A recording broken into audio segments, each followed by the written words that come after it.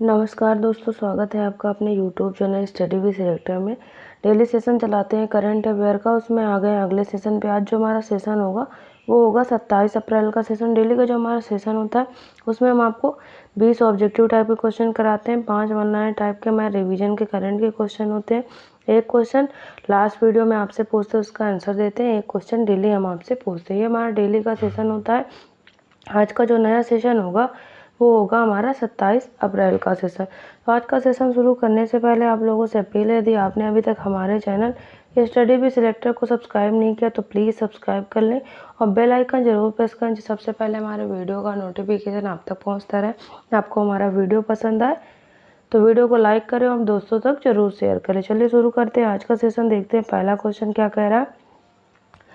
पहला क्वेश्चन कह रहा है, हाल ही में किस देश ने जीपीएस स्पूफिंग तकनीक का इस्तेमाल किया? किस देश ने जीपीएस स्पूफिंग तकनीक का इस्तेमाल किया? ऑप्शन ए यूक्रेन, या ऑप्शन बी रूस, या ऑप्शन सी इजराइल, या ऑप्शन डी ईरान। तो किस देश ने अभी हाल ही में जीपीएस स्पूफिंग तकनीक का इस्तेमाल किया है? तो हमारा करेक्ट आंसर क्या हो जाएगा? ऑप्शन सी करेक्ट हो जाएगा।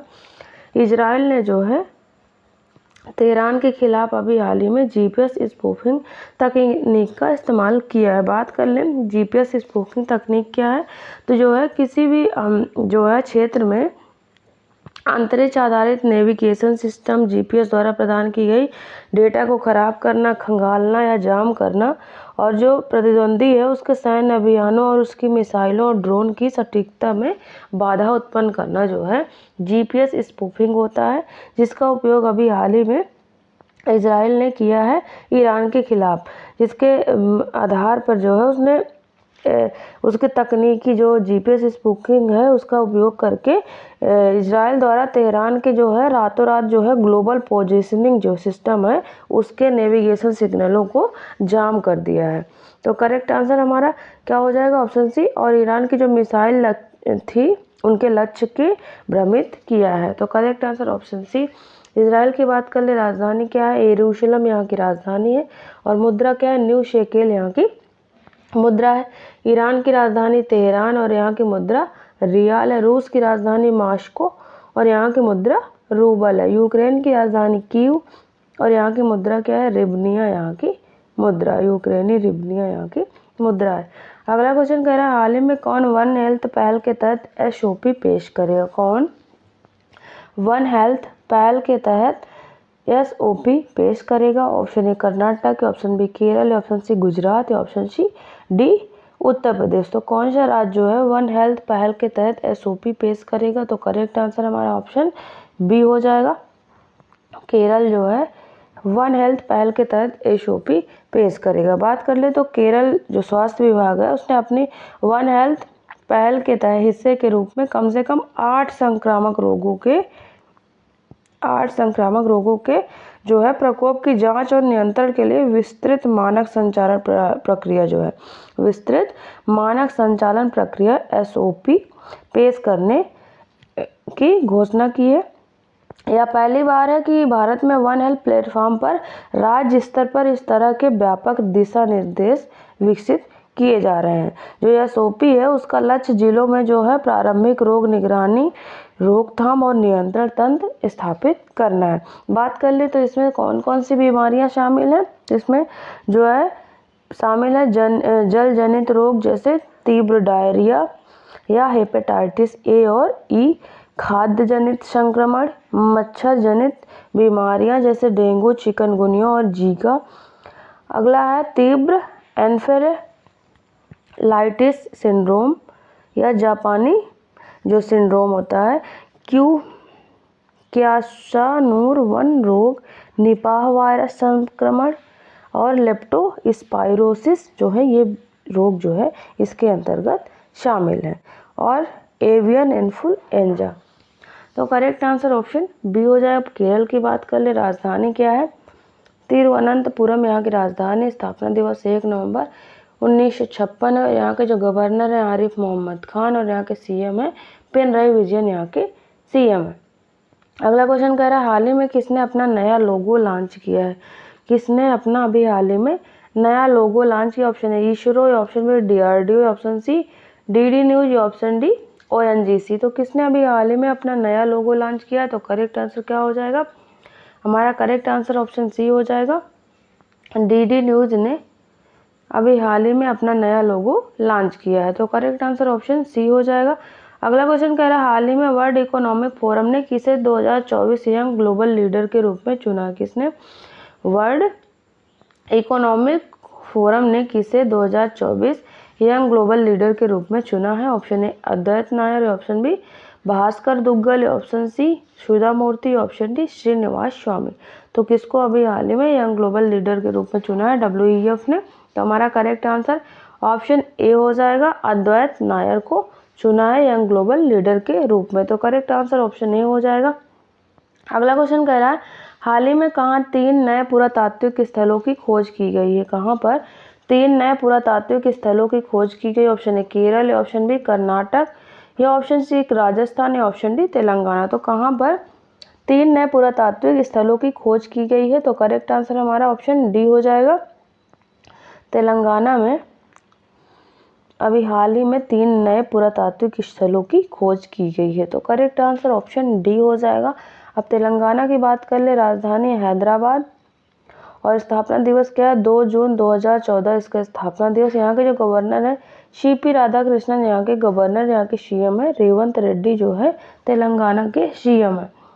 अगला क्वेश्चन देखते हैं, कह रहा है हाल ही में राष्ट्रीय सिविल सेवा दिवस कब मनाया गया? कौन सा राष्ट्रीय सिविल सेवा दिवस अभी हाल ही में कब मनाया गया है?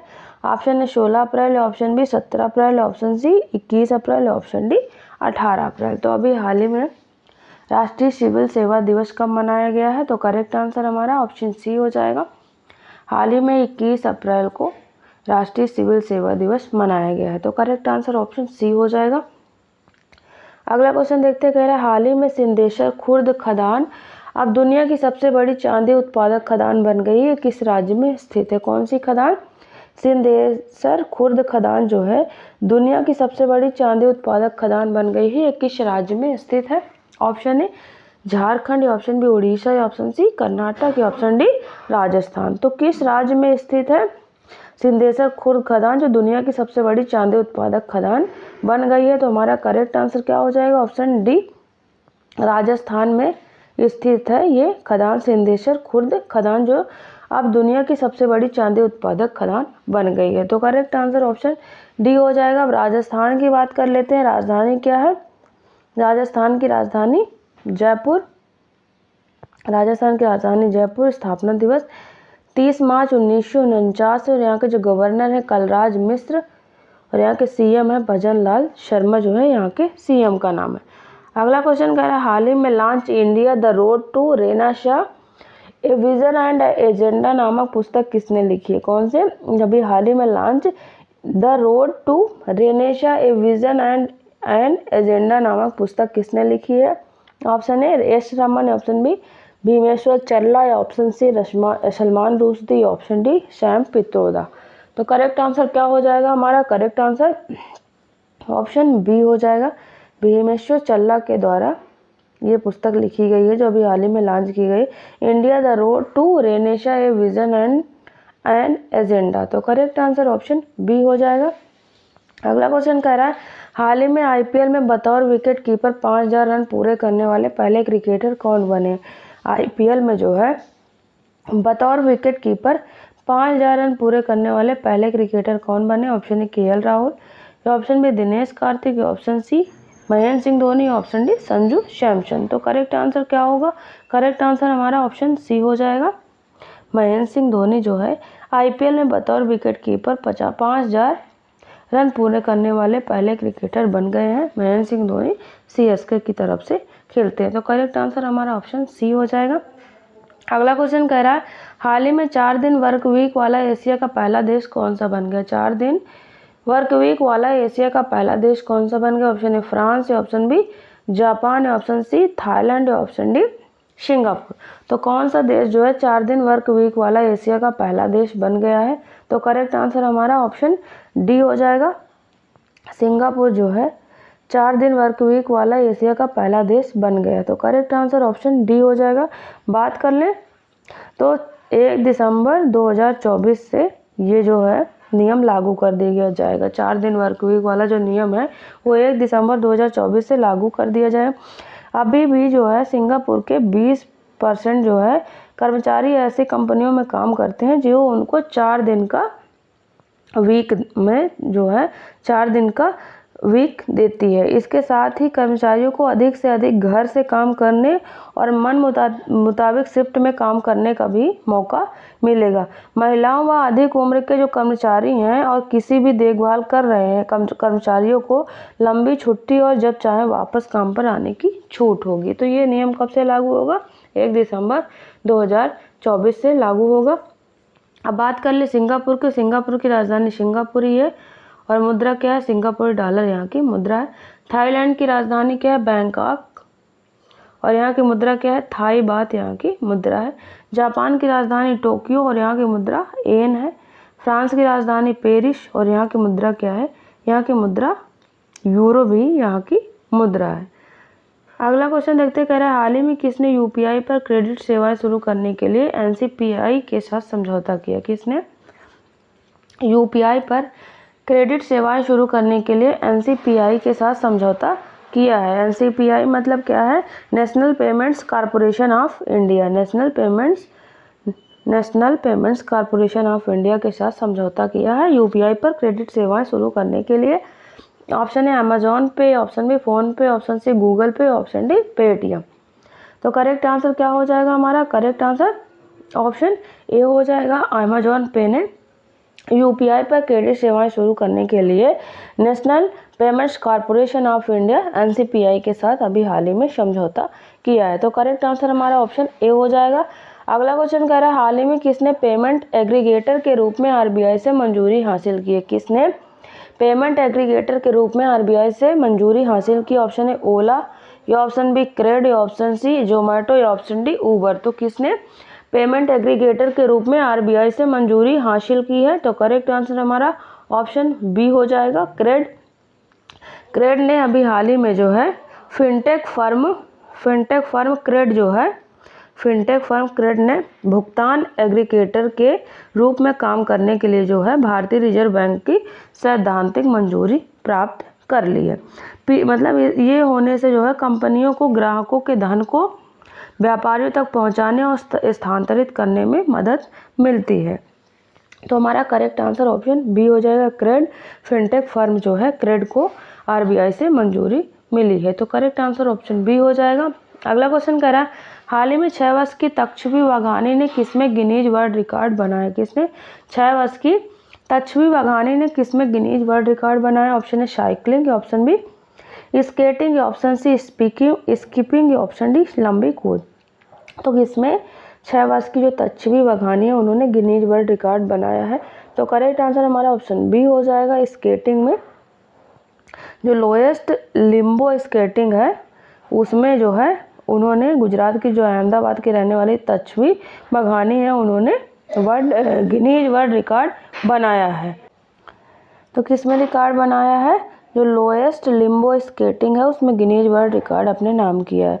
लोएस्ट लिम्बो स्केटिंग करते हुए जो बार की हाइट होती है जमीनी स्तर से 16 सेंटीमीटर लगभग 6.29 इंच रखकर तक्षवी वाघानी ने 25 मीटर का अंतर सफलतापूर्वक पूरा किया है और वर्ल्ड रिकॉर्ड हासिल किया। इससे पहले बात कर लें तो लोएस्ट लिम्बो स्केटिंग में पुणे की मनस्वी विशाल ने 16.5 सेंटीमीटर की बार हाइट के साथ वर्ल्ड रिकॉर्ड दर्ज किया था। तो करेक्ट आंसर ऑप्शन बी हो जाएगा, स्केटिंग। अगला क्वेश्चन कह रहा है हाल ही में अंतरिक्ष विज्ञान में योगदान के लिए आर्यभट्ट पुरस्कार से किसे सम्मानित किया गया? अंतरिक्ष विज्ञान में योगदान के लिए आर्यभट्ट पुरस्कार से किसे सम्मानित किया गया है? ऑप्शन है S Somanath, option b Pradeep Mahajan, option c Vaibhav Kumar, option d Pavaluru Subbarao. तो किसे अंतरिक्ष विज्ञान में योगदान के लिए आर्यभट्ट पुरस्कार से सम्मानित किया गया है? तो करेक्ट आंसर हमारा ऑप्शन डी हो जाएगा, पावालुरु सुब्बाराव जो हैं उनको अभी हाल ही में अंतरिक्ष विज्ञान में योगदान के लिए आर्यभट्ट पुरस्कार से सम्मानित किया गया है। तो बात कर ले जो है पावालुरी सुब्बाराव जो है वो अनंत टेक्नोलॉजीज़ के संस्थापक और सीईओ हैं। कहाँ के? अनंत टेक्नोलॉजीज़ के संस्थापक और सीईओ हैं पावालुरी सुब्बाराव, जिनको अभी हाल ही में आर्यभट्ट पुरस्कार से सम्मानित किया गया। तो करेक्ट आंसर हमारा ऑप्शन डी हो जाएगा। अगला क्वेश्चन कह रहा है हाल ही में अमेरिका ने संयुक्त राष्ट्र के पूर्व सदस्यता के किस देश के अनुरोध को रोक दिया है? किसने? अमेरिका ने संयुक्त राष्ट्र के पूर्व सदस्यता के किस देश के अनुरोध को रोक दिया है? ऑप्शन ए फिलिस्तीन, option B Belarus, option C Sri Lanka, या ऑप्शन डी रूस। तो हमारा करेक्ट आंसर ऑप्शन ए हो जाएगा। फिलिस्तीन के जो है संयुक्त राष्ट्र के पूर्व सदस्यता के अनुरोध को अमेरिका ने अभी हाल ही में रोक दिया है। तो करेक्ट आंसर ऑप्शन ए हो जाएगा।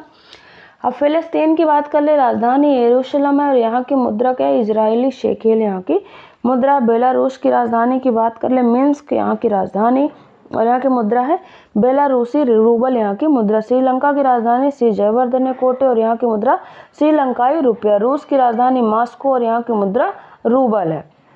अगला क्वेश्चन कह रहा है हाल ही में भारत और किस देश ने नई दिल्ली में एक बड़े अनुसंधान केंद्र को संचालित करने के लिए समझौता किया? भारत और किस देश ने नई दिल्ली में एक बड़े अनुसंधान केंद्र को संचालित करने के लिए समझौता किया है? Option A America, option B Britain, option C रूस, ऑप्शन डी फ्रांस। तो भारत और किस देश ने नई दिल्ली में एक बड़े अनुसंधान केंद्र को संचालित करने के लिए समझौता किया है? तो करेक्ट आंसर हमारा ऑप्शन सी हो जाएगा। भारत और रूस ने नई दिल्ली में एक बड़े अनुसंधान केंद्र को संचालित करने के लिए अभी हाल ही में समझौता किया है। तो करेक्ट आंसर ऑप्शन सी हो जाएगा। रूस की बात कर ले, राजधानी मॉस्को और यहाँ की मुद्रा क्या है? रूबल यहाँ की मुद्रा है। ब्रिटेन की राजधानी लंदन और यहाँ की मुद्रा पाउंड स्टर्लिंग है। फ्रांस की राजधानी पेरिस और यहाँ की मुद्रा यूरो। अमेरिका की राजधानी वाशिंगटन डीसी और यहाँ की मुद्रा डॉलर है। अगला क्वेश्चन कह रहा है हाल ही में हॉकी इंडिया ने असुंता लाकड़ा पुरस्कार से किसे सम्मानित किया? किसने?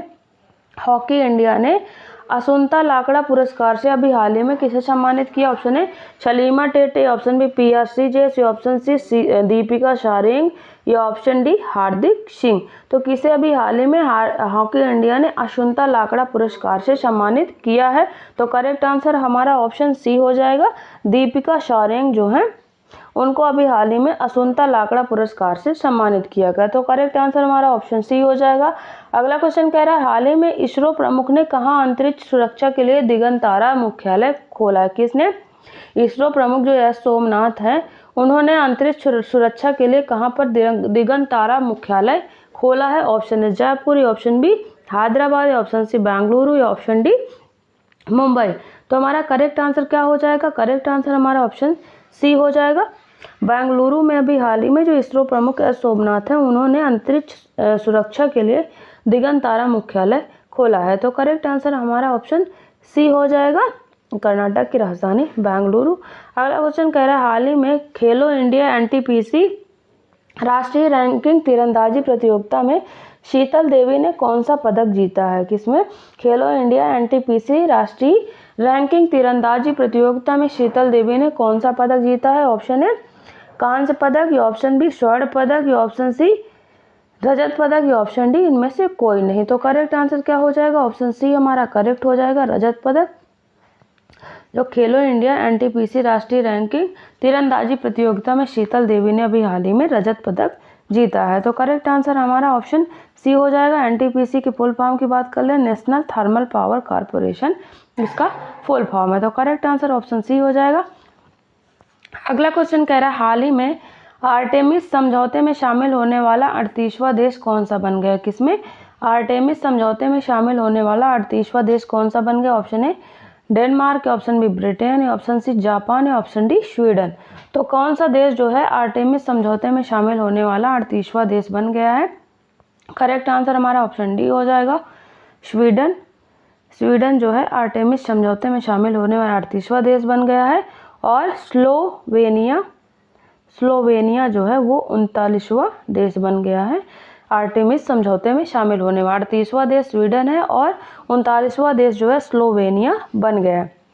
बात कर लें तो वर्तमान में संयुक्त राज्य अमेरिका, भारत और जापान समझौते पर हस्ताक्षर करने वाले अग्रणी अंतरिक्ष यात्री देश हैं। आर्टेमिस समझौता क्या है इसकी बात कर लें तो नासा ने जो है अमेरिकी विदेश विभाग के साथ समन्वय में 7 अन्य संस्थापक सदस्य देशों के साथ मिलकर वर्ष 2020 में आर्टेमिस समझौते की स्थापना की है। यह समझौता जो है संयुक्त राज्य अमेरिका और हस्ताक्षरकर्ता जो देश हैं उनके द्वारा पंजीकरण कन्वेंशन, बचाव और वापसी समझौते के साथ साथ नासा और उसके सहयोगियों द्वारा समर्थित सर्वोत्तम प्रथाओं तथा मानदंडों के प्रति प्रतिबद्धता को सुदर्शित करती है। इसका उद्देश्य क्या है? आर्टेमिस समझौते का उद्देश्य जो है बाह्य अंतरिक्ष के शांतिपूर्ण अन्वेषण और उपयोग के लिए दिशा निर्देश स्थापित करना। बाह्य अंतरिक्ष के शांतिपूर्ण अन्वेषण और उपयोग के लिए दिशा निर्देश स्थापित करना। तो करेक्ट आंसर हमारा ऑप्शन डी हो जाएगा। अब स्वीडन की बात कर लेते हैं। राजधानी स्टॉकहोम और यहाँ की मुद्रा क्या है? स्वीडिश क्रोना यहाँ की मुद्रा। जापान की राजधानी टोक्यो है और यहाँ की मुद्रा येन है। ब्रिटेन की राजधानी लंदन और यहाँ की मुद्रा पाउंड स्टर्लिंग। डेनमार्क की राजधानी की बात करें तो कोपेनहेगन यहाँ की राजधानी है और डेनिश क्रोनर यहाँ की मुद्रा है। इस तरह से जो हमारे 20 ऑब्जेक्टिव टाइप के क्वेश्चन होते हैं खत्म होते हैं। आगे हम देखेंगे 5 वन लाइन टाइप के करंट के जो डेली क्वेश्चन आपको करवाते हैं। उसमें पहला कह रहा है जातिगत भेदभाव पर प्रतिबंध लगाने वाला पहला अमेरिकी शहर सिएटल है।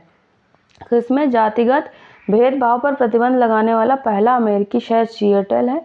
सेकंड कह रहा है देश में पहली बार ग्रामीण विज्ञान कांग्रेस का आयोजन देहरादून में किया गया। देश में पहली बार ग्रामीण विज्ञान कांग्रेस का आयोजन जो है देहरादून में किया गया है।